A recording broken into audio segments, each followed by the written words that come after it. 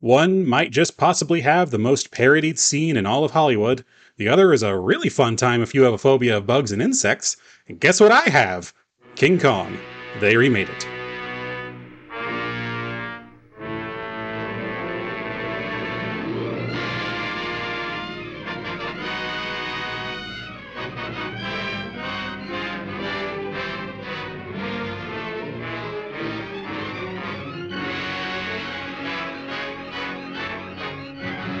And welcome back to another episode of They Remade It. I'm your host, Stuart.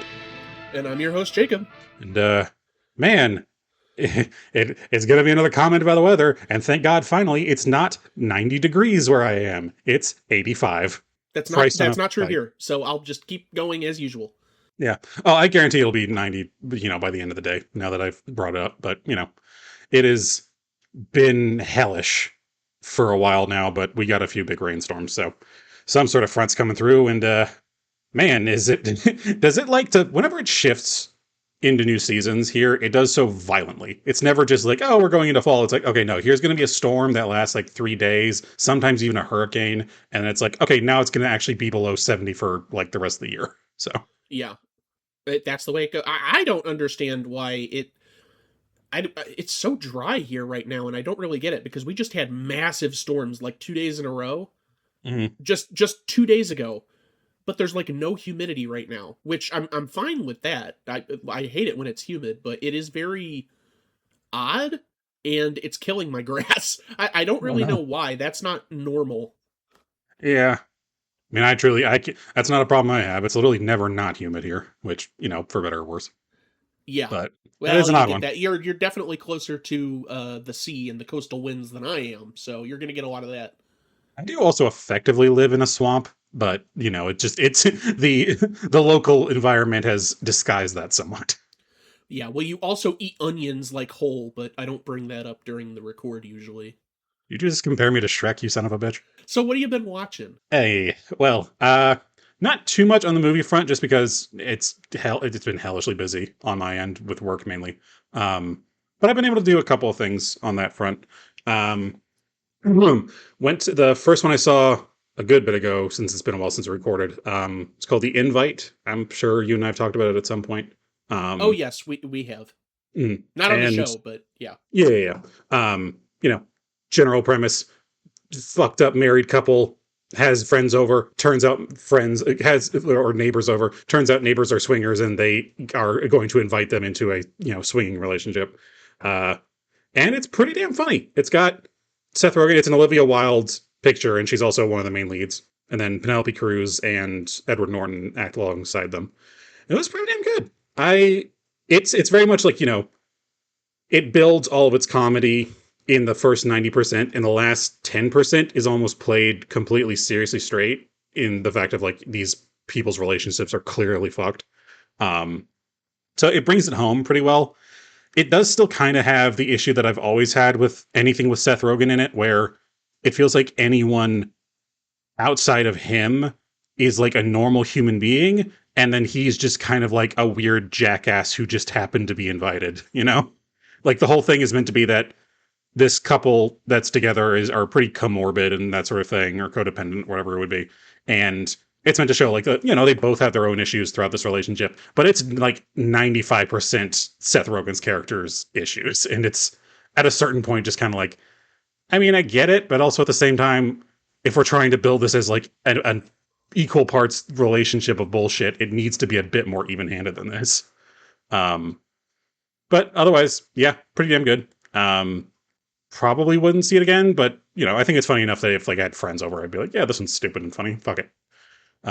It was, and also though, I don't know if I actually would do that, because then that would have like the weird air of I invited friends over and I showed them a movie about people who are swingers, and I think that would give off a weird message. So maybe not that. Yeah, that's why I stopped showing people Terror Vision. Yeah. I was the wrong idea. I mean, I got it when we watched it, but like, I just kind of assumed that otherwise wasn't your bag, But beyond that, the only other thing I went to go see, and this one I saw on my own, was the new Spider-Man movie. Just because, like, I've always stayed as Spider-Man's basically my, top well, if not number one favorite superhero, it's probably top five. Um, and yeah, pretty damn good. I like that they're kind of trying to be a bit more back to basics with a lot of this, where they're trying to be explicitly like, hey, we're just gonna kind of do our own thing, but here's some folks that you might recognize, and here's some like retreads of some older plot lines and stuff. It's like, it's more just for lip service more than anything, and it doesn't really do anything wrong with that. Which is, I went into it and I knew just enough from all the other bullshit going on in the Marvel franchises to know what was going on, and then they just set off on their own little story, and I was like, you know what, good, like it. It's solid. Think Tom Holland's doing great. God knows he and Zendaya are making bank these days. But yeah, no, just a damn solid Spider-Man movie. I can recognize why it's been as much of a blockbuster hit as it has been. Yeah, people have been giving that rave stuff. I haven't been too terribly interested, but I can at least recognize that. Mm. It's doing nothing wrong. It's truly just being like, hey, let's kind of get back to the point of why people like superhero movies in the first place. And that's what it is. Like, Spider-Man kind of is the character for that sort of thing. So yeah, I like the direction they're going with it, and whether or not they continue to do it, I have no idea. But if it's separated itself from the rat's nest snake fest that is the fucking MCU at this point, then God bless them. Let them do their own thing. I mean, we'll see what Doomsday does, because he's still going to be wrapped up into that, even if the story of the new movie itself isn't Doomsday dependent, or Doomsday is not dependent on it. But I really think that whatever that looks like is going to make or break the future of the MCU, which has already been dwindling, even though we've gotten this, which a lot of people really like. And was it last year or the year before we got Thunderbolts, which people really liked? It's few and far between, what people are willing to tolerate. So I'm curious. I'm hoping that there's some, because I see all the bullshit and just as an aside here for the fucking, the Infinite, like the Doomsday trailer, I see them tossing in a bunch of that other stuff. Like, they have like Professor X and Magneto are coming back in this one to some degree. I'm hoping they're going to use Doomsday as an opportunity to kind of reset the clock a little, where they can basically just go like, hey, here's a proper send-off to a bunch of these older characters, and we're going to actually try to, set a decent baseline so we can just make solid movies again, rather than having to deal with the endless threads that we've been having to deal with. So if they can manage that, then sure. And they can maybe do a more restrained release schedule going forward and just be like, hey, let's just toss these out here and there. If the Spider-Man movie's any indication, that's kind of the way to do it. So yeah. Unfortunately, they're impervious to learning lessons, so I really think the new movie is more so going to be an out with the old, in with the new, where they kill off the remaining, what they would consider to be the remaining legacy Avengers from their first wave. It's like, whatever. or retire them, like they did with Captain America. We'll see. Again, I'm not really invested in this, and a lot of what I've learned about this universe, I haven't even seen the movies. I've just learned secondhand against my will. But that seems to be the way the wind is blowing. Yeah. It's like, also, I'm fairly sure, didn't Spider-Man get repurchased by Sony, so it is technically out of the MCU now? I'm pretty sure that's the situation they have now. That's why Spider-Man was able to stand alone so well. Well, Spider-Man himself has continued to remain Sony. That's why the Spider-Verse movies are able to come out. Oh, yeah, that's right. It was never, Spider-Man was never wholly Disney. I think they just partnered so that he could show up in the MCU. Well, once again, I've sidetracked us onto the MCU track, and I apologize for that. I'll wrap up my stuff. That's pretty much all I've been watching on my end. Hasn't really been anything else I've been really clamoring to go see. I'm procrastinating seeing the Odyssey because I know I'm just going to rip it to shreds for the historical context it's going to go with. I'm not even going to care. I've realized at this point, I'm not even going to care about any sort of accuracy to any of the original, stories or anything that made up the Odyssey. I'm just going to be like, why the fuck are they in a Viking longship? We have recreations of Greek triremes. It's just... whatever. Anyway, that's quite a way to live. It's if I'm gonna have an axe to grind, it may as well be something that I can actually point to directly, But beyond that, I've been doing kind of just a lot of general things. I've been trying to take up some more personal crafts and stuff. I've been writing more. I've been doing some woodworking and stuff. So just kind of doing a few different creative tracks. Otherwise, I think the only other stuff I've done has been some games. The biggest one, really only worth mentioning, is I have gotten on to the Pal World train. Well, I say getting on. I have been playing it a lot. I put a lot of hours into it so far.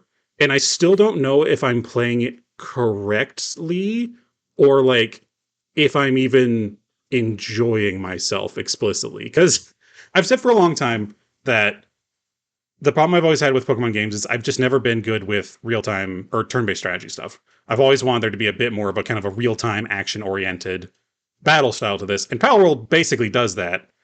But I can definitely tell with the product they've made, it is, even with as janky as Pokemon has become in recent years, there is still a very clear balance that has been polished down pretty well.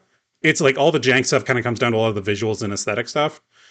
Meanwhile, I'm playing Power World and I'm sitting here basically building my fucking commune of like workers and stuff. And that's well beyond what I think I'm supposed to be leveled at for like what passes for the storyline. But then I try to go on with the storyline and I run into areas that are like twice as leveled as I am. So I can't tell where the balancing is supposed to be and if I'm even close to it, because it does not give good indications of like when I should be going certain directions, what areas are supposed to be focused on. It's just kind of like expecting you to figure it out in your own. And as a result of that, I kind of just feel like I'm doing everything wrong. Like I'm not really putting any real effort into my party builds or anything. I'm just like basically bringing a bunch of people who can do some random stuff. And then I have one power hitter that I just use for everything. So I don't quite know how to feel about it. And I think there's a reason why Pokemon has stayed as strong as it has, because it actually does that process very well. I mean, it railroads you, sure, but it makes it feel like there's a story going on. Meanwhile, this one, I'm just like, I don't even know what the hell's going on. There's so much random bullshit lore going on that I haven't even cared to look at that makes it all feel like something is deeply missing that really shouldn't be. So I'll see how long it holds my attention, but I can't imagine, unless I finally find some track that really keeps my attention, like some sort of my creative abilities towards it or something, I'm just probably gonna drop it. It's just kind of weird. And I know Yeah. there's a multiplayer element to it, but I cannot imagine with all the shit you have to do and build and account for, I feel like trying to do it with multiple people would just kind of turn into a slog. It would just be a matter of like basically just setting up, production chains and shit. Pokemon's in a similar boat that Sonic is in. If you put aside any like nostalgia reasons, if you put that aside, the only reason that it stays around are because of the design sensibilities Yeah. of the characters. And that's what is most endearing about Pokemon at this point, because the formula doesn't change a whole lot. Every now and then, like Legends Arceus, they'll sort of get away from that and create something new, but more often than not, they don't really. And that's my main problem with Pow World, is that I don't find any of the designs interesting, No, even not remotely. even. Which is funny because they're so a lot of them are so deliberately like, this is that Pokemon and this is that Pokemon, but they're not Pokemon. Uh, There's like I found there's like a few that kind of have a thing going on, but they do get pretty samey by the end. And there is a very consistent issue of the higher level like creatures you find, the more it just kind of seems like this is just a dude who just looks like either a dude or a girl, and they just have powers and shit. And beyond that, it's just like insane, multifaceted creatures that basically just look either identical to a Pokemon or to just a real world animal. So yeah. it's credit where it's due for as much shit as I give Pokemon for having things like, Pokemon that's a set of, like, that's literally a set of keys. That's at least like a design sensibility, Like, no one else is going to do that. And I can recognize that, like, okay, that's an iconic creature. I can't fault it for that, at least. But it's just, Exactly. That's my thing. And we were in a real position where it was like, oh, they've really lost their minds. They used to be based on animals, but now they're like, it's trash or it's ice cream. What are they doing over there? But that seemed to be like a really angsty way of looking at it from when I was in like in middle school going into high school, because I look at it now and it's like maybe the origins or the onset of some of these characters is a little uninspired, but a lot of those junky one-off characters like the trash bag Shrubbish or the Klefki, like they're good designs. They're they're really good iconic. designs. Yeah, they look great, Say what you will about them, they look good. But yeah, it's Battle World is nowhere in the same universe. Like they have a couple, like the big iconic one they have is like this big like electric bear looking thing with like a big. It's basically just an electric Gengar. He Um, looks like Electabuzz. it's if Electabuzz and Gengar were put into one character, yeah. Mm. Which fair enough. It's a good design, but nothing else. It looks so distinctly well designed that it seems like that was maybe the first one they came up with, and then they barely got any better, if anything at all. Mm-hmm. That's probably the best design they have in the whole lot. Otherwise, the rest of them, like I said, it's either just some variation of a dude or this is just an animal.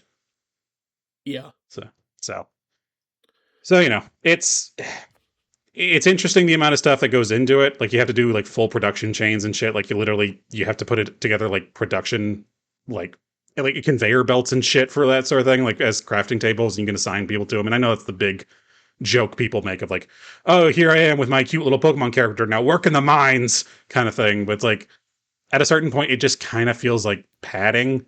Like I just have to do so much to get anything.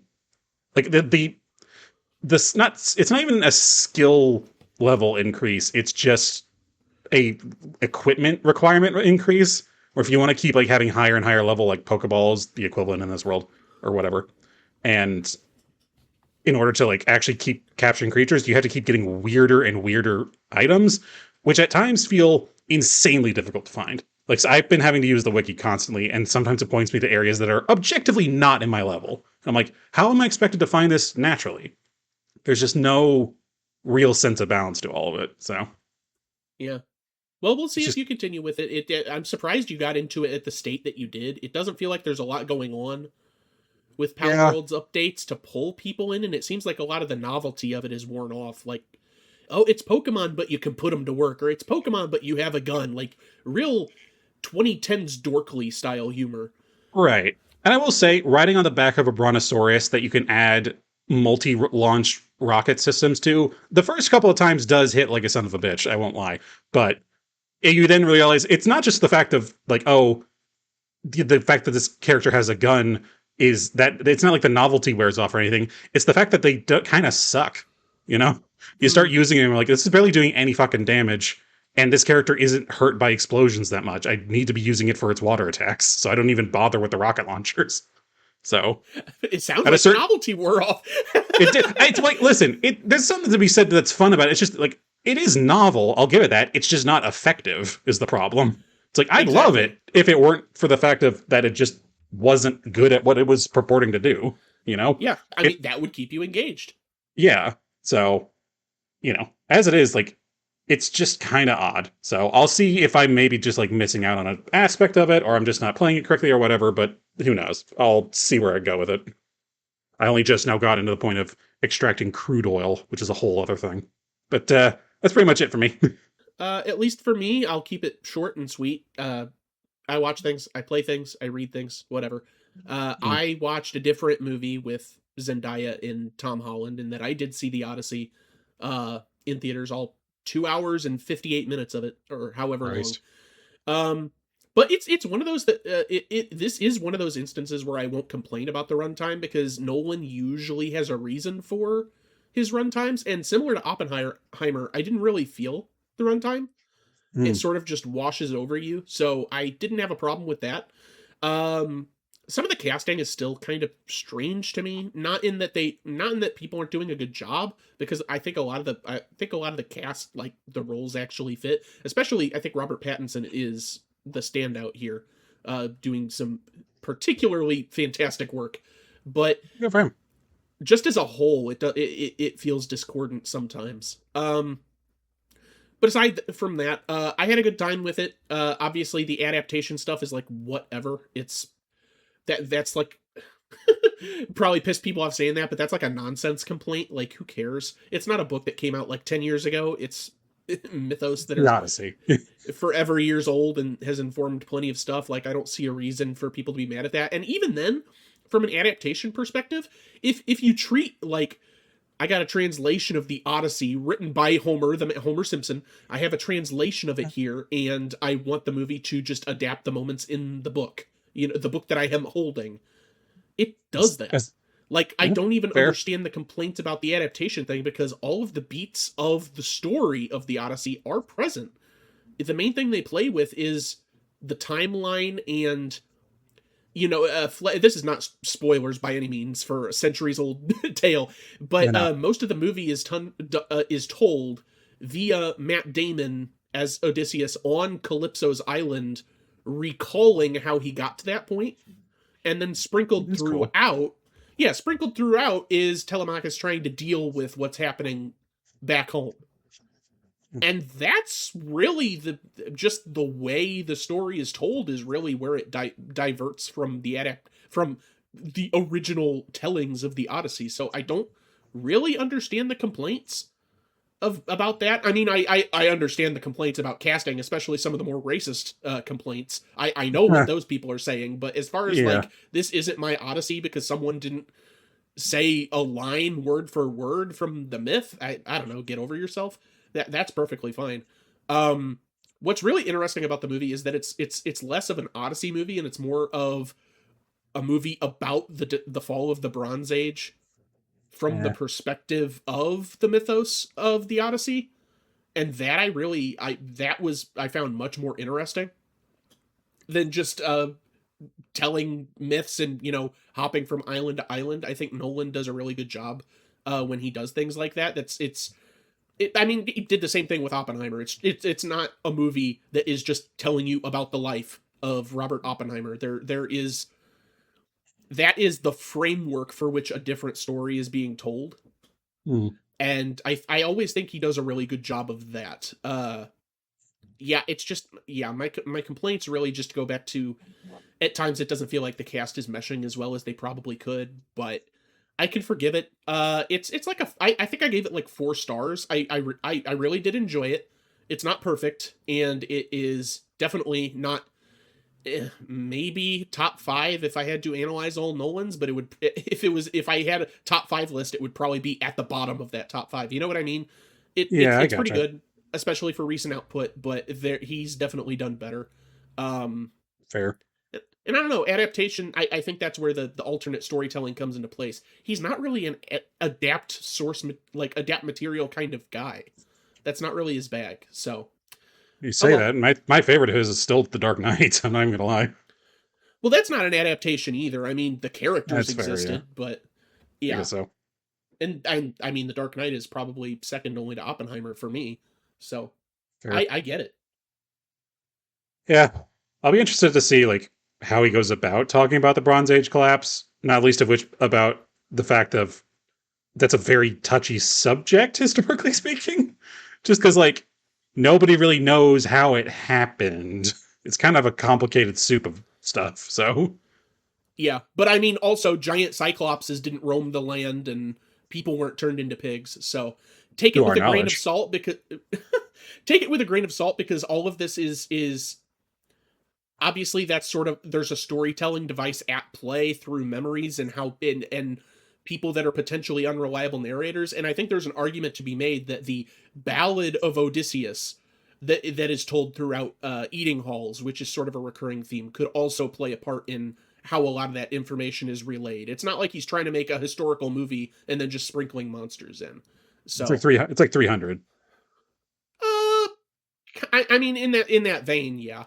Yeah. It's like the idea of like, it's not necessarily a historical record. It's as much a telling of the people who were there versus, someone who cataloged it.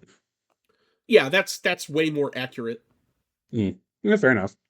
Oh yeah, I'll try to give it a fair shake. I get petty about these sorts of things. So anytime a historical movie, fair from it from a movie making perspective, there's nothing wrong with being upset with a type of ship that's being displayed, but don't give a movie 2 stars because of it. As long as you're looking at it objectively. I will do my best, I promise. I will still say, though, I do still think that one guy's helmet is absurd. The black one with like the spine out the back of it. Like, come the fuck on. Oh, Agamemnon, you mean? That's Agamemnon? Jesus. Yes. I mean, like, all right. It just looks silly. It looks like something from a metal album. I think it looks silly in the promotional materials. I think it looks rather cool in the movie, though I have no idea how it would have realistically been constructed. Exactly, yeah. So, but also, I'm not thinking about that when I'm watching a movie about people turning into pigs and giant cyclopses. So, again. Yeah, well. Listen, I don't know much about the process by which people turn into pigs, but I do know a thing or two about helmets. So, I'll put my criticisms where I have my expertise. That's fine. That's fine. I'm not getting uppity about that either, because people No, have their fair, own fair. opinions. It's not even like I'm trying to be like a white knight for the movie or anything. It's just I've seen a lot of criticism from people that I think are going in with the express purpose of hating it, and that just has never Mm. made sense to me for any movie. So I feel like maybe I'm a bit more defensive than I really need to be, just because I want everyone to give it a chance, and then, you know, Yeah, fair enough. do it on their own merit, or on its own merit. Fair enough. I'll give it a fair shake eventually, I'm sure. But But at any rate, speaking yes. of giant things roaming the land, Yeah, speaking of 3-hour epics, Jesus Christ. oh my god. Kind of forgot how long one of these movies was, and the fact that it's nearly double the length of the original. But I did not forget, and I was dreading it the whole time. I, But God, I'll get into it. But God, there was no need for it to be that long. no, no. Uh, but it's King Kong, baby, 1933 and '05.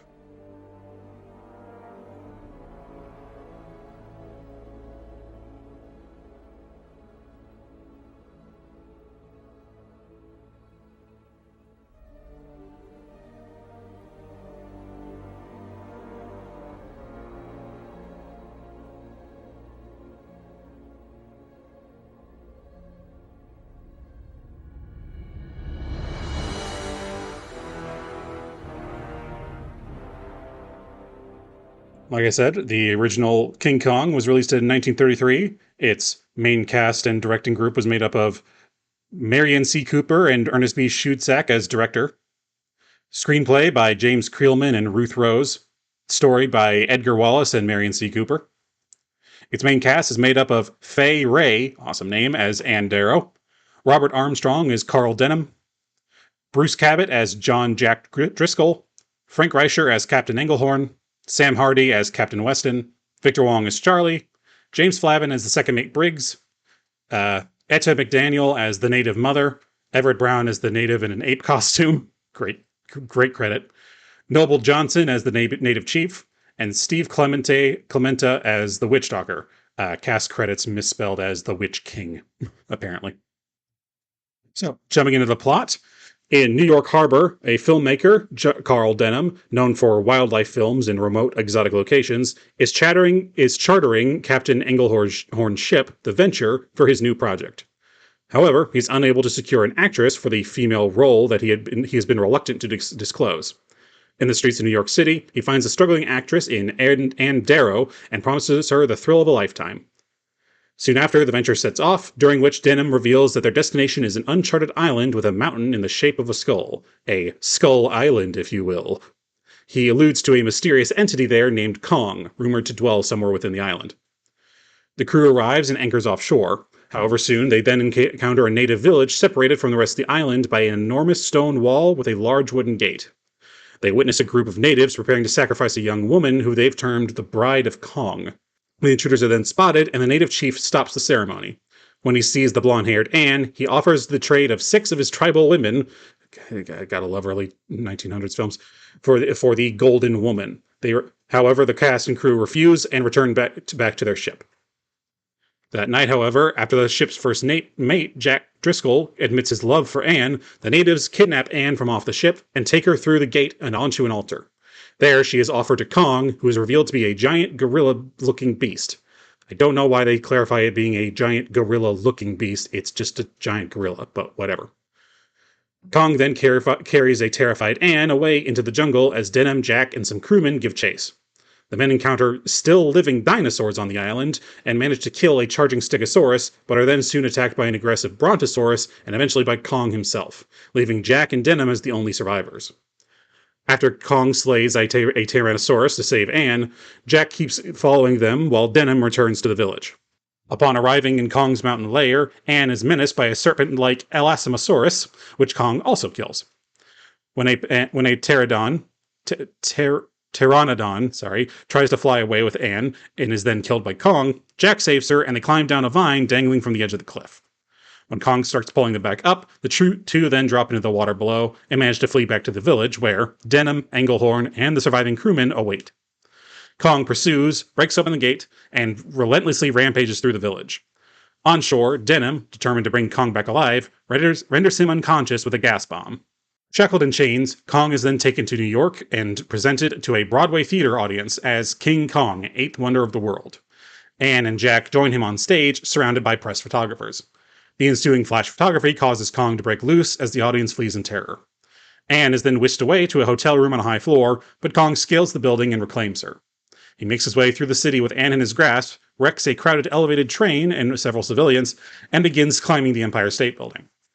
Jack suggests that airplanes should shoot Kong off the building in order to avoid hitting Anne. 4 biplanes take off, however, and then seeing them arrive, Jack becomes agitated for Anne's safety and rushes inside the building with Denham. At the top, Kong is shot at by the planes as he swats at them. Kong destroys one of them, but is wounded by the gunfire. After he gazes up at Anne, he's shot more, loses his strength, and plummets to the streets below to his death. Jack reunites with Anne, and then Denham heads down and is allowed through a crowd surrounding Kong's corpse in the middle of the street. When a policeman remarks the planes got him, Denham sadly states, "No, it wasn't the airplanes. 'Twas beauty killed the beast." Now, onto the 2005 film, which, like we said, despite the fact that it is almost twice as long as the original, it's almost point for point the same plot. So I will just run down some of the bigger differences along with the cast. It's directed by the great Peter Jackson. Its screenplay is by Fran Walsh, Philip Boyens, and Peter Jackson. It is, of course, based on the King Kong, see previous. Its main cast is made up of Naomi Watts as Anne Darrow, Jack Black as Carl Denham, Adrian Brody as Jack Driscoll, Thomas Kretschmann as Captain Englehorn, Colin Hanks as Preston, Jamie Bell as Jimmy, Evan Park as Ben Hayes, Lobo Chan as Choi, Kyle Chandler as Bruce Baxter, Andy Serkis as Kong himself, and he also plays the ship's cook, Lumpy, John Sumner as Herb, Craig Hall as Mike, William Johnson as Manny, Mark Hadlow as Harry, and Jed Brophy as Todd Rippon. In addition, director Peter Jackson appears with makeup artist Rick Baker as a pilot and gunner in one of the airplanes. Yes, like I said, plot's almost near identical. It just goes to a long extent to kind of expand out some of the character stuff, like Carl Denham being wanted for basically running off with his crew to this other location, and then predominantly it's basically just so they can have scene after scene of Jurassic Park style people getting killed by massive creatures, and oh boy, does a lot of people die in this. This movie makes a very good use of all of its squish sound effects.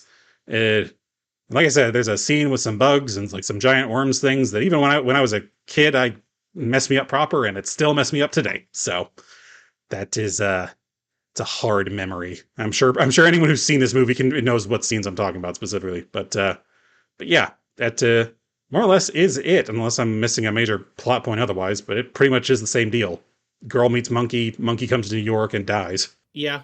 No, but plot-wise, you're really not missing anything. Most of it lies in the structure and what he tries to do to the script, which we will discuss, of course. But absolutely. Before that, full circle, baby.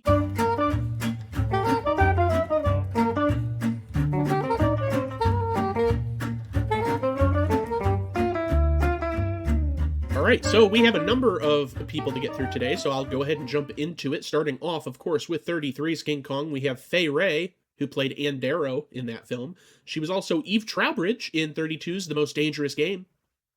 Oh, that's right. Okay. That's where I remembered her from. Speaking of, Robert Armstrong was director Carl Denham in King Kong 33. He was Martin Trowbridge in 32's The Most Dangerous Game. Yes, definitely remember that one. Steve Clementi was the Skull Island Witch Doctor, or King, in King Kong 1933. He was also Tartar in 32's The Most Dangerous Game. I'm seeing some patterns here. And finally, for 33, we have Noble Johnson, who was a Skull Island native chief in that movie. He showed up as Ivan in 32's The Most Dangerous Game. God damn. But also, yes, all 4 of these people were in both of those movies. However, he was also some sensitive portrayals as the Nubian servant in 32's The Mummy, and he was the Indian prince in 1924's The Thief of Baghdad. Ah. Yeah, I kind of saw him on here, and I was like, I feel like we've dealt with this before. Turns out we have. All right, so hopping into the newest of the movies, 2005. I could not pull the year for the life of me. First, the biggest one we have here is Jack Black, who was Carl Denham in 2005's King Kong. We've also seen him previously as Ian Lamont in 97's The Jackal. He was himself in 2011's The Muppets, and he was also the voice of Bowser in 2023's Super Mario Bros. Movie. Next, of course, we have Andy Serkis, who was Kong and Lumpy, to a lesser extent, in 2005's King Kong. We've seen him previously as Gollum in the Lord of the Rings trilogy, and he was also Gollum in The Hobbit, the first of the Hobbit movies. I'm surprised that's all we've had him for. Yeah, well, he's there's plenty we could do. He's all over the place, but yeah, it's luck of the draw, I suppose. Moving right along, we got Craig Hall, who was Mike in 2005's King Kong. He was also Galleon in The Hobbit, The Desolation of Smaug from 2013. Don't even remember that guy. You are forgiven. We have Mark Hadlow, who was Harry in King Kong. He was also Dory in the Hobbit trilogy, all three movies. Evan Park was Hayes in King Kong. He was also Gunnar in 2001's Planet of the Apes. Oh, and I do somehow remember. Jamie Bell was Jimmy in King Kong. He was also The Thing, or Ben Grimm, in 2015's Fantastic Four. Yeah, that's an easy one. At least without the makeup. Kyle Chandler was Bruce Baxter in King Kong. He was also John Driscoll in 2008's The Day the Earth Stood Still. And finally, for full circle, we have Thomas Kretschmann, who was Captain Englehorn in 2005's King Kong. We saw him previously as Leclerc in Hitman, Agent 47 from 2015. And again, somehow I remember that. A lot of random ones in this one that I was just like, oh, I know that guy, or oh, I know that guy. Yeah, not a lot of all over the place. Not a lot of major ones, but a lot of those moments of like, oh, I've seen that guy before kind of moments. Those are the best, but that is full circle. Oh, goodness. Well, thankfully the synopsis was comparatively short, but my God, was the 1-2 combo of doing the original and then going right into the remake was like kind of a bit of a sucker punch, you know? Just going through the first one and being like, okay, 100 minutes, it's a 1930s film, it can get a little dry, but whatever. And then I saw the runtime on the remake and I was like, it's that long? How is it that long? And for the plots of these being identical, they are completely different movies because Jackson has a much different take on the story in just the way that it's told. He leans more heavily into the Beauty and the Beast sort of dynamic between Darrow and Kong, which I get. He has a lot of care for the pathos of the characters, and he tries to give everyone a backstory so that they can feel as if they're relevant to what's happening in the movie, not just from the point of view of Ann Darrow or Carl Denham or whoever else, Jack Driscoll. It doesn't necessarily just matter what's going on in their lives. We also have, we have Jimmy, we have Hayes, we have people that he's actually giving pathos to and backstories that fit in with the narrative he's trying to tell. And he really plays upon the relationship between Kong and Ann Darrow and how it is like a fascination sort of thing, a relation between species that goes beyond a fascination but doesn't quite reach romance in spite of what fanfiction.net would probably have you believe. Yeah. And I think there's something admirable about that when Jackson makes a movie that I really do not care for. You know what I mean? I was waiting for it. I was waiting for the hard turn there because I could tell it in your voice. I was like, he's giving a lot of compliments here. This feels like it's leading to something. I have a lot of respect for what he does with the movie, even if I don't agree with the runtime at all, because it is definitely not necessary. But if we're looking at this as King Kong, this is not what I want out of a King Kong movie. It's really not. So the best I can say is that 2005 is aggressively not my bag. I'm curious to hear your thoughts. Sure. I will circle back though to what you just said there of what you expect from a King Kong movie, because I'm curious what you mean by that, because that feels like a very loaded sentence. Oh, sure. But at least for my part, I definitely get what you mean with, vis-a-vis the pathos of everything. I think that really did a lot to build the stakes of the situation.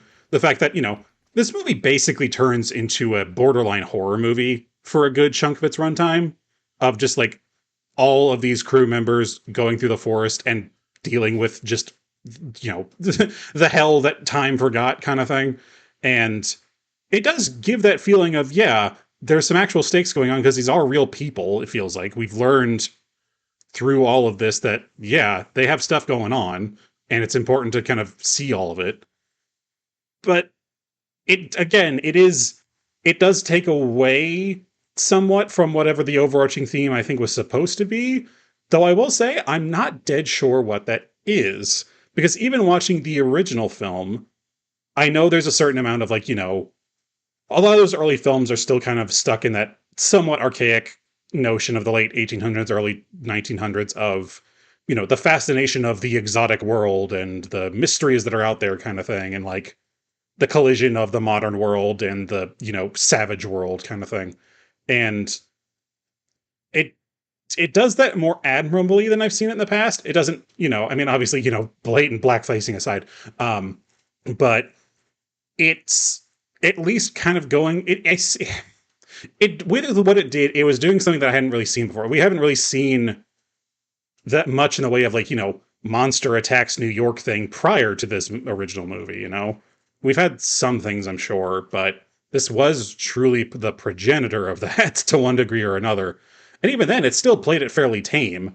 You know, it's with it for as iconic as that final scene is. You kind of recognize like, oh yeah, this isn't like a kaiju or anything. This is just which I know kaiju think defines as just some like a large creature. Effectively, it's anything can be a kaiju as long as it's larger than what would be considered average. But the fact that the King Kong we have now alongside Godzilla is like the size of the Empire State Building itself, and seeing the original do it properly of just having this creature on the top of the building is hard to beat its iconography.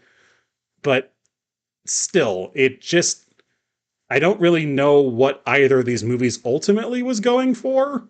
And I don't know if that says anything about me or the films. I think if I've just simply lost the plot, or if both these films just kind of like went with the concept of there's a giant monkey and shit gets fucked up and then tried to do something around it, to middling results in both aspects. Well, the thing about 33s is that it's a pre-code horror movie Good to point. much effect, and that's basically what it's trying to get across. I'm not saying that it is tepid in how it goes about portraying an actual message. There is messaging in the movie. It's not necessarily hammering home specific character beats or anything, but there is an understanding of the fascination with the natural world and things that we don't understand, especially from quote unquote primitive cultures and societies, and how uprooting those and placing them in an unfamiliar location is just rife with disaster. Like this creature, you have some semblance of sympathy for it, if only for the fact that it is basically a mindless animal that acts on instinct. And you can see that because it is a horror movie. There's not a lot of horror once it gets to New York. Apparently apparently I say as if I didn't watch the movie. Occasionally he'll pick someone up and put them in his mouth and chew on them, but he doesn't ever eat anyone. He just like breaks their entire bodies and leaves them a lifeless husk and then drops them, which is almost more terrifying. But there are some haunting scenes on that island where that's true. He breaks. This happens in both instances, but in 33s, it stays with me way more. Where he's fighting with that giant lizard and breaks its jaw, because then he starts playing with it, like trying to understand what it is. Yeah, with the T-Rex. Yeah, he's like, I know that I was aiming to hurt it. Did I kill it? And he's like playing with the jaw flapping. That's horrific. And when he's marching through the tribe's village and he just steps on people and there's like a close up of them being squished, that's like insanely traumatic. And they try to amp that up in 2005's, but again, everything gets so much more characterization, especially Kong, that I feel a bit of the horror is lost, even if visually, special effects wise, they're showing you more than the pre-code 33 film ever could. Right. I don't know. I have a lot of respect for that first King Kong, and there are parts of that movie where I had just forgotten how effective the special effects could be as well, for as simplistic as they are. Like the explorers of the crew being in the foreground with a piece cut out, so that they could overlay film stock, and then there's a claymation stegosaurus behind that cutout, that can like move around. That's so cool. Like there were moments of this where my hair was standing on end because it's just like God, that's so I'm so interested in how they did all this, how they did specific scenes and the hand reaching through the window, like how big was that prop, you know?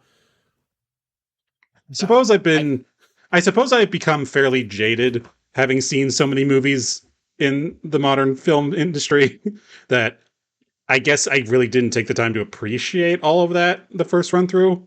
Just because, like, again, I had seen the remake before ever seeing the original, just because, like, I had just never had the opportunity to see the original. Um, so I guess that probably painted it a bit for me.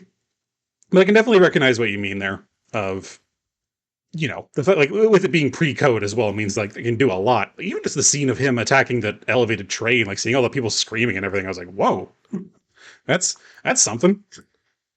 So I, it's funny I, because I, that train scene in particular, it's not shot for shot by any means, but it super informed a very similar scene in the 54 Godzilla that came out oh, like really? not too long after that. Yeah, there's a very similar scene when Godzilla does his first on-screen attack. There are attacks before that, but when he does his first on-screen attack, there's a very prominent train sequence that I think screams a lot of Kong. Yeah. Yeah, but it's just in terms of horror though. Like, and like you said, this is truly like you said, it should be stated that yeah, it is effectively a horror movie in both cases. I still think the horror feels a lot more visceral in the remake, just simply for the fact of I think for me it's cheating because they were just like, okay, what if bugs, which for me is just like, ugh, it's a horrifying level stuff. Yeah, Um, I saw 2005's in the theaters, and I remember that being very upsetting. yeah, I remember like I've heard the horror stories from people watching it on their own. I'm just like, you. Even just like the things with like the worm creatures that like kill Andy Serkis's character and everything. I'm just like, that's that's just bad, man. Like that's like I can't not be like that can't not make my skin crawl level stuff. So it's I mean even then like even like a bunch of the action shots of like the brontosaurus herd stampede and all that sort of thing and like all of like the when they're in the water getting attacked by like aquatic creatures and stuff. It's credit where it's due. It does everything it can to have as much horror as a PG-13 movie can have, you know? It has that horror that only a PG-13 movie can have, kind of thing, which is a very distinct style that I actually really happen to like. Um, very, like I said, like the comparison to Jurassic Park is the obvious one where, people are clearly dying on screen in horrible ways, but they managed to do it just inside the lines of PG-13. That means it's like, oh, wow, I could imagine this being so much worse, which is almost worse in and of itself. There's an interesting the thing about the 2005 movie is I don't really know what it's supposed to be because Hmm. of the choices that he makes. There are certainly horror elements in the movie. There are thriller elements and action elements, adventure elements, romance elements. It is very much it's a pulpy story that I think tries to do too many things. And that's Yeah. part of the reason. I mean, they're fucking on the island for like an hour and a half, just running around like doing things and picking up rocks. But that yeah, then there's a scene with there's a scene with fucking oh my god, why can I not think of her name? Naomi Watts and Kong just ice skating. Just ice Oh, skating in New right. York and Yeah. having a grand old time, Yeah. Just laughing and like that. It's weird the extent that they make the relationship between her and Kong, not in like the sense of like romanticism or anything, but like it's just odd what directions they've decided to go with it. Of like, oh, you know what I think it is. I think I think Peter Jackson kind of fell into a trap with this, where he had the opportunity to remake truly one of the Hollywood classics. Like most people are going to regard this as one of the early greats, and he did his Peter Jackson thing, which is to do as much as he can with what he's given. In Lord of the Rings, he's able to do that pretty easily because there's a lot to work from. In this case, however, it's kind of the opposite proposition, where the original, he basically just took everything that happened in the original and then kept expanding on each individual element of it, and ironically ended up making too many individual things as a result. So it's like the original has horror elements. This one has so many horror elements, they could be their own film. The original had the relationship between the actress and Kong. This one has an entire asides building them. It had all these different people and individuals with distinct personalities. In the remake, they go into excessive extent to characterize all of them. And so it's ended up creating a very widespread, if thickly, like it's a thickly spread piece. It's no one can say it was thinly spread, but it's not cohesive. You know, it's all this just there's so much put into each individual element that it ends up becoming a bunch of different things rather than anything completely put together. And that's kind of hard to ignore now that I've realized that. Yeah, there's also there's a plot line, and it is a plot line because of how much time is spent on it, because it's like a 3+ hour movie. There's a plot line about the death of vaudeville in the Yeah, movie. that too. And I'm like, what is that for? You know, unless that is like going back to earlier when I was talking about the Odyssey, you know, the fall of the Bronze Age with the story told around it. Maybe if this was a movie that had something like that, like the death of vaudeville, and then everything was framed around it, and like, oh, you see, she's trying to get above her station as a vaudeville because that's the way things are going. But Kong understands her pratfalls, and that's why he keeps pushing her down. Like, I can see threads where, you know, those can be a bit tighter, and maybe you could do something with that. But the movie, the movie and Jackson aren't interested in that. At Yeah. which point I'm like, okay, well then why did you put it in to begin with? And that's where I'm Right. stuck. Yeah. And that is actually a really good point, because I can see fully what you mean. It's I almost feel like they could have done a whole thing of like the fact that vaudeville in this context now is only appealing to a literal wild animal. Maybe that should say something. Maybe that should say something to you, Miss Darrow, of where the art form is going. That maybe what you're doing isn't worth the effort anymore. You know? And or it's meant to be saying something of, hey, maybe there is something beautiful in the simplicity that is just, you know, animalistic, joy in this whole situation. But like you said, it doesn't really seem to want to go anywhere with that, you know? It would have been Yeah. interesting if they had made more of an internal reflection of Anne going on along with Kong. I mean, maybe that's what they were trying to do with like this is basically just, video killed the radio star or whatever the hell. And it's meant to be Kong dying at the end is meant to be like the final nail in the coffin of vaudeville or whatever.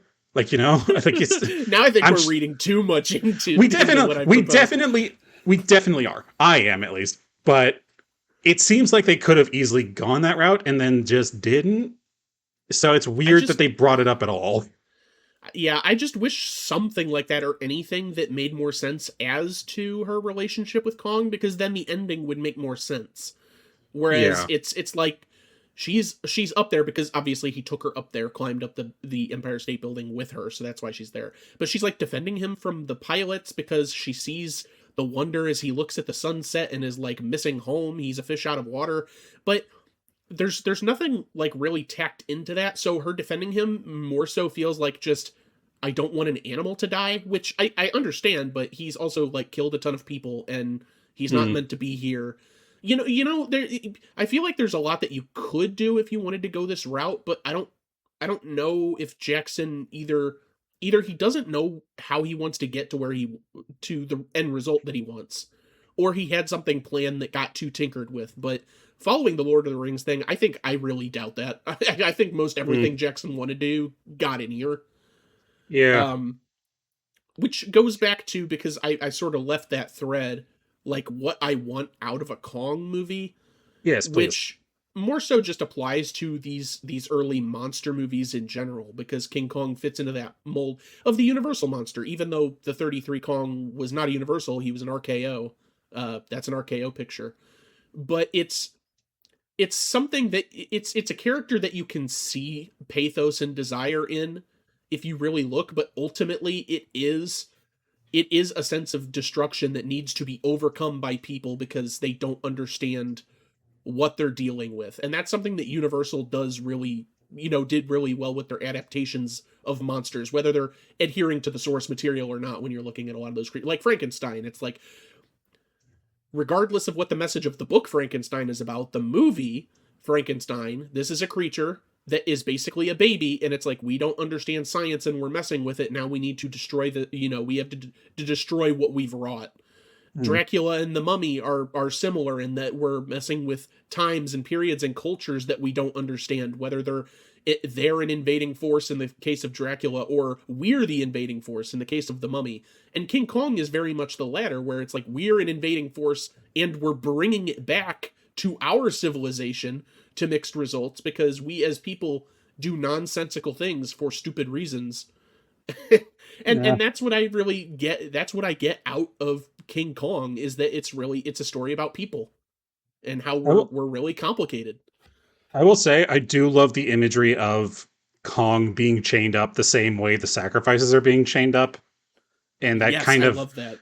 that really does kind of fully set that whole theming of this is like we went to this other world, we saw all the aspects that we chose to see, and we brought it back without even beginning to think about the complexities of it.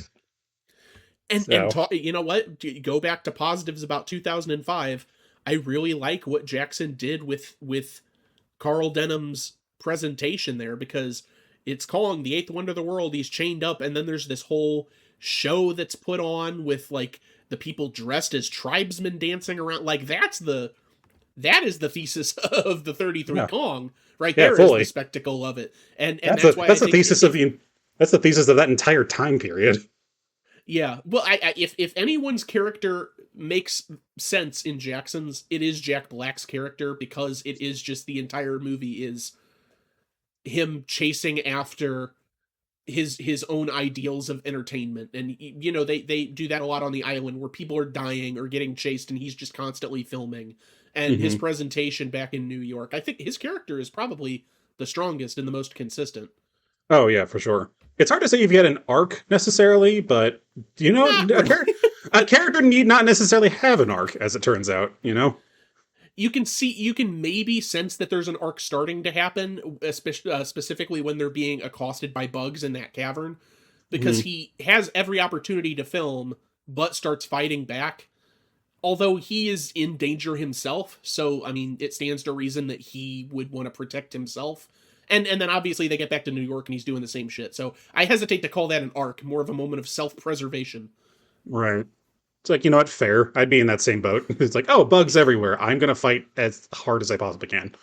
Oh, Um, I would do that. I would definitely die, because I would have no thought to my attacks. I would be yeah. flailing about wildly. To be real, like if I were in the situation that any of these characters were in, like at the first sign of there being like giant bugs, I'm finding the nearest cliff and just dropping myself off. I'm like, I'm done. I'm not even gonna try on that one. It's like let this nature take me, and I don't want it to be the bugs. Oh, so super early on, that guy gets speared, and I'm like, I'm going back to the boat. Fuck this. I'm done. I'm done. Absolutely, absolutely fuck this. Yeah, yeah. God, and I'm really trying to appreciate the original more because, like I said, I worry that I focus so much on the remake in the sense of like, you know, it's the first one I saw, and it left such an impression on me the first time I did see it that it's really not fair to the original to not give it the fair shake it deserves. And I fully get what you mean with all the theming going on, and I really do stand by what I said of I do think it Peter Jackson doing his thing fully just made the whole aspect of those plots be lost just because it is just spread so thickly on in different directions, you know? And damn if the original doesn't really just do that, like you said. It really is just like, hey, the folly of man in glorious black and white, you know? And Mm-hmm. and I guess and I did and I'll go back to a comment I made in the original synopsis where in the well, as we mentioned, we just read directly from the Wikipedia synopses.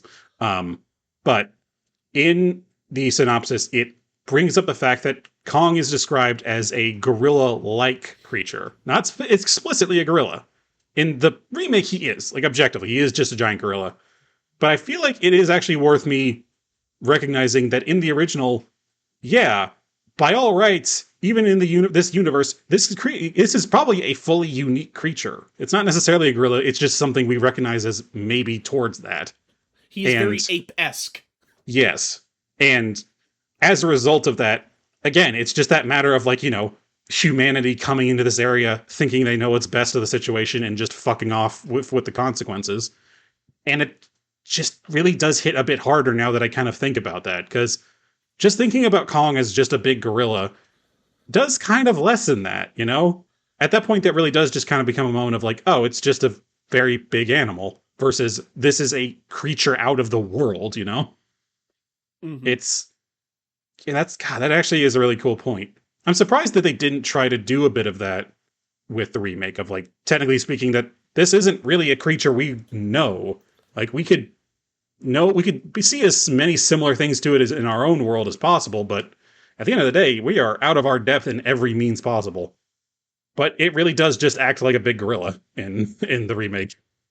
Right. Which Well, even hell, down to the hell the way it gods, runs and its stance. yeah, hell the Godzilla King Kong is less like an ape. You know, like it's like at least the recent Kong. It really That's is like a just kind. guy. Yeah, it's just a dude. It really is just a dude at that point. Which I'm like, you know what? Fair. That's at least in keeping a bit more with the original King Kong. You know, um, that's just really weird. Now that I think about it, I'm like, oh yeah, I'm kind of surprised they dropped that aspect. And God, it makes me like the remake even less because I can't say I love it because it is like you said, it is overly long. Like that's just blatantly obvious. But I do love what it's trying to do. It's just that it's trying to do so many different things that I'm not sure which things I actually like. So, meanwhile, the original one is just pretty much cut and dry with what it's going for. Um, Mm-hmm. it's Well, a complex message, but that's something that you mentioned earlier, especially, and I think that that's an ongoing theme with the show that we just we just have to accept at the end of the day. Is I think I am a lot more tolerant of older films because mhm. I don't get bogged down by them as much. Because Yeah. you mentioned 33 being dry in spots, and I'm not going to say that's not true. I can totally recognize that, and I think I know some of the spots that you would be referring to. It's just that's not something that's ever bothered me. Mhm. And so I think I give a lot more grace to movies of this period, like the 33 King Kong, because that's something that I'm perfectly fine with. And I think that's something that we need to realize as well, just regardless of the quality of the movie, is its watchability, especially in Mhm. current day. And maybe I am not the best person to make that analysis, whether something is watchable by a current audience. I mean, fair. It's good. Honestly, though, it is good to have both aspects of us with that because Oh, sure. there's a certain part of me that hates that I do get so bogged down by older films. But I think the problem with me is it's so often they just feel very samey. Just so many of the films that we've watched that are like pre like 1960, just so often can feel like either from the dialogue or the framing or what have it. It just can feel so like it's been done in other ways before, near identically. And I know that's not really a fair shake, but I'm comparing that to, in this case of, the true dynamicism that is going on in the 2005 picture is just hard for me to ignore. I mean, we have this, and again, I have a soft spot for everything, anything even approaching Jurassic Park, and this obviously took a lot of homage from that. Um, and so it's able to grab me more, at least just in an immediate sense. Maybe there's some Gen Z millennial bullshit going on in my brain that's like, ooh, shiny pictures or whatever. But it is just simply more engaging for me. And I also just like the characters in the 2005 one a bit more. I think the fact that they do go to such lengths to characterize them, it does make them good characters. It just doesn't necessarily form a cohesive whole. So it's just it is interesting though that has been a consistent thing for me, especially of just not being able to grab onto older films as much, and it kind of makes me feel like a luddite in a way, or like the opposite, whatever the opposite of a Nah, luddite would be. So nah. Like you can't really account for individual tastes. And I mean, a lot of the things you say about the 2005 one are true as well. Like I think a lot of the characters, what they do attempt to do with them, are well done. It's just in the type of movie that I want to be watching. I feel like, again, yeah, they're probably doing too much. We don't need this many characters that are characters. It's fine to have a fleet of men with three important guys and everyone else is just fodder for bugs. mm, Like, that's fine. There's nothing wrong with that. You can have characters that just exist to be picked off, especially in a monster movie. yeah, which like there definitely are still some characters that are that in the film. So Some, yeah. I mean, it's a large enough crew. They literally, I just think try to do like there's the I forget the guy's name, Jimmy, and what's the other guy oh, that God, was I in don't the even know. war and. Yeah, there's Uh, like a whole like mentor mentee thing going on there, and I'm like, okay, like these characters didn't even exist before, and soon they're not going to exist. Period. So why are we focusing so much time on them? You know? I want to say it was Ben, the character Ben or something like that was the guy Evan Park played. Oh yeah, Ben Hayes, Ben Hayes. Yeah, so I think, but yeah, eh, it's just such a mixed bag of a movie, man. It's there was no aspect of it that I could truly say was wholly bad. It's just that nothing ever let itself stick hard enough for me to be like, that was great, you know? Which is almost the No, worst I one to do of all. It's like, at least if it were just truly bad, I could just be like, man, this sucked, you know? And I'm sure we could have done one of the other Kong movies, but I really did want to do the comparison. Because this truly is just a matter of this is the remake I personally have a connection to. And so I wanted to do that. Like, I know there was another one in the 70s, and I know there was like Son of Kong or something in some other period or whatever. But this kind of was this felt like the biggest comparative one to work with. So it's it's hard to find a bigger difference between two different movies that is 1933 and 2005. no, I mean I that's completely fair. And yeah, the 76 one, talk about the Jeff Bridges one, talk about shooting fish in a barrel. That is truly I also have not seen that since probably late high school, but that's just a dreadful thing. It is hard to get through. So, at the very least, 2005 can drag for me because of how daunting it is, but at least there's elements of it that I like and respect. Like I don't know about that 76, and I think that I think Rick Baker was even involved in that 76 movie, and still I'm like I don't know about that. Um, an interesting thing because we have not tackled Godzilla, No, and that is interesting. we could do Godzilla at some point in the future, and then we could do an episode on Godzilla versus Kong because there is a Yeah, Godzilla versus Kong from the 50s. that's true. Oh man, but God, that how would we even go about doing Godzilla? There's been so many. I think if we were to do Godzilla, we would have to do a threefer. Like this episode without the 76 makes sense because 76 is so lost to the annals of time. But that Roland Emmerich one from the 90s, I don't think we can just do original Godzilla and the Roland Emmerich one, but I also think that us doing 54 and 2014 wouldn't do it service either. I think we would have to do all three. Then like there's also the stuff of like Godzilla -1 and that sort of thing, and all that. There's been a few animated ones as well. It's like there's Oh, actually a sure. Well, few. There's a few we could technically count as like remakes. yeah, but I mean, I guess once we start getting into the weeds, there's a couple of movies that we could say that for, like that we've done previously, like Les Mis has had a Oh, ton of adaptations, yeah, and fair. Aladdin and Thief of Baghdad, one almost one and the same in that respect. So, Or we did kind of do that for Aladdin and Thief of Baghdad.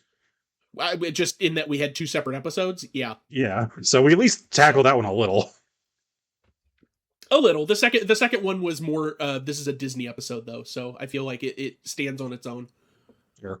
But yeah, I mean I know what you mean, but ultimately that would be up to us. Yeah, that one would be that one would be borderline jumping a shark level territory. So who knows? Maybe that'll be an end of the year one for me at some point. It won't be this year because it's too advertised now. And it's too close to Kong. It's too close to Kong. Yeah, no, gotta give it some space.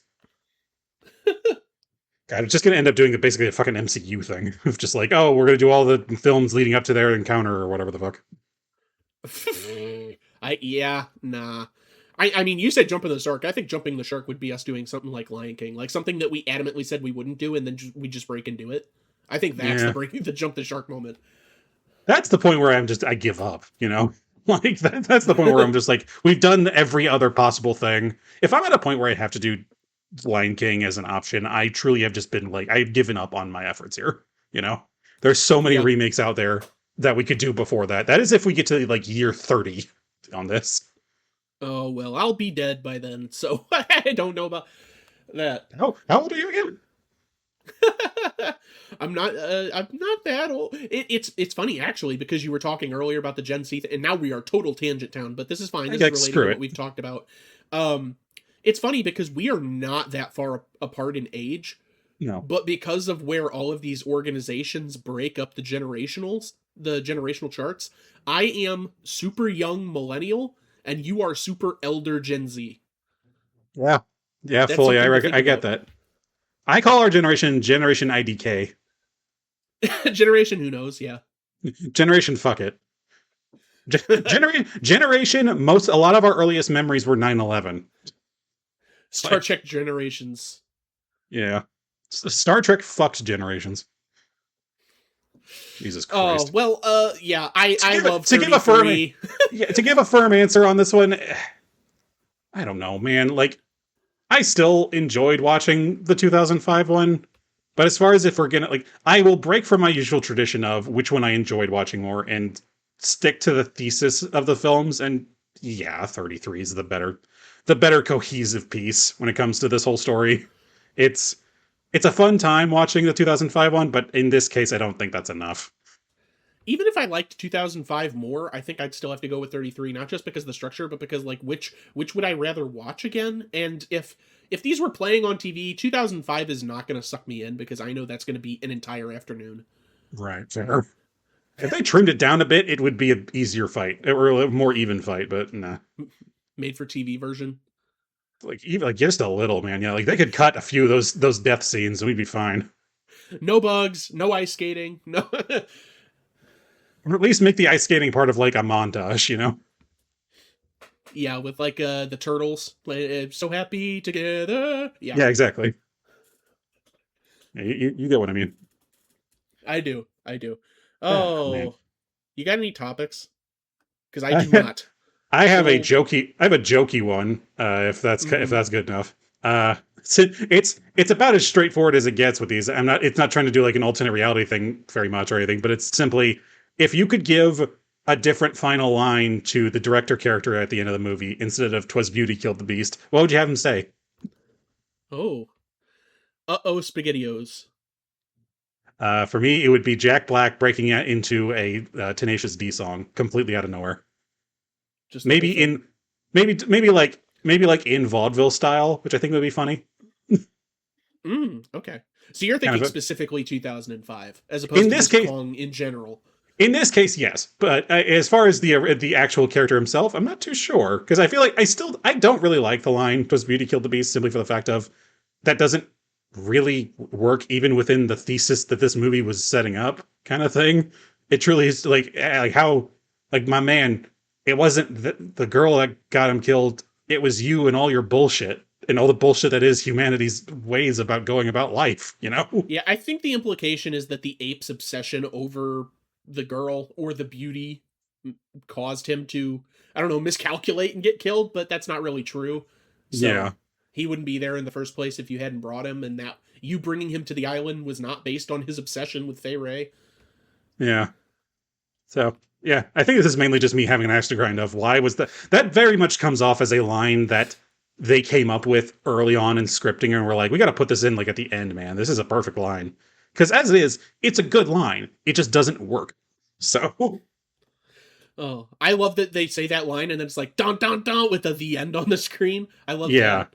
I I do. love how movies used to end. I adore it. God, yeah, that I will give older movies that they really did know how to just be like, and we're done. There it Get is. out. Like it basically that was the early film version of dropping the microphone, you know, of just like boom, thesis stated, get the fuck out of here. Yeah. Jesus Christ. Yeah. So beyond that, no, I couldn't possibly think of another topic here that wouldn't just be like waffling on some concept of kaiju's or what have you. Because truly, if we could do that, we could just be talking about Godzilla at this point. So, and Yeah. that is potentially for later. Yeah. No, that's perfectly fine. And I don't really have anything either, as I said. So we can Fair enough. cut the crap and go to socials. You know, stop wasting people's fucking time. Like Peter Jackson. So go ahead and subscribe and follow to us on any of your favorite podcasting platforms. We're on the likes of Apple Podcast, Spreaker, Podbay, Podmatic, Stitcher, iHeartRadio, SoundCloud, YouTube, but we're hosted by Spotify for podcasters. Send us an email, theyremadeit@gmail.com, with suggestions for future episodes, what you liked about this episode, what you didn't like about this episode, or the podcast in general, or if you just want to say hi, that's always welcome. And go ahead and follow us, theyremadeit.bluesky.social, for updates on when the podcast is going live, posters and promo art and things for what we've been playing, watching, reading, etc. in the weeks between records, posters for movies that we could cover at some point in the future. There's a ton of them, as we've stated, and videos of full circle videos, I should say, of people that we have talked about on the podcast more than once. And that is it for socials. Yeah, upon thinking about it, I don't actually know that many of Peter Jackson's films outside of the obvious ones. So I'm curious what his overall average runtime is. Well, it definitely leans towards longer now, just because that's sort of the niche that he carved for himself. But some of those early ones, like Bad Taste, is like 90 minutes, I think. Oh God, what is that one called? Brain Dead. I think that's what it is. The I Kick Ass for the Lord, that movie. I think that's like 95 minutes or something. He started out making horror, and so obviously I've seen all of his early stuff. Oh fuck, I forgot he did the Mortal Engines movie too. Never mind, fuck this guy. I love that book series, and that movie sucked. Yikes, as they say. They say yikes is what they say. You ever hear that? I know he did The Frighteners too. But yeah, he once he got to Lord of the Rings, I think that sort of took over, and now every single movie he makes is forever long. We should probably stop, yeah? I guess so. Yeah. As always, I'm your host, Stuart. And I'm your host, Jacob. We'll see you another time to waffle on for even longer.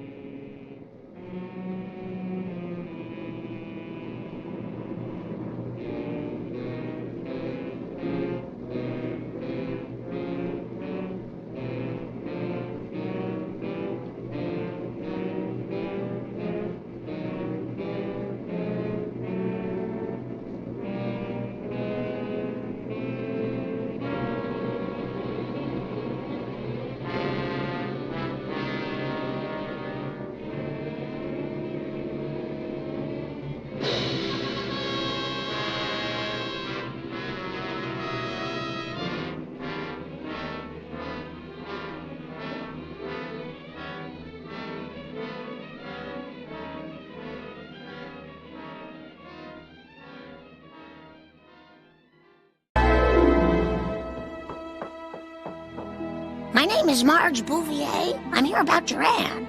Single white female wanted for mysterious expedition. Must like monkeys. Non-smoker preferred. Well, you'd be a welcome change of pace from the rest of these crude and uncouth sailors. Arr! Arr! Arr! Arr! Arr! Arr! What do you think, Smithers? I think women and seamen don't mix. We know what you think. Young lady, you're hired.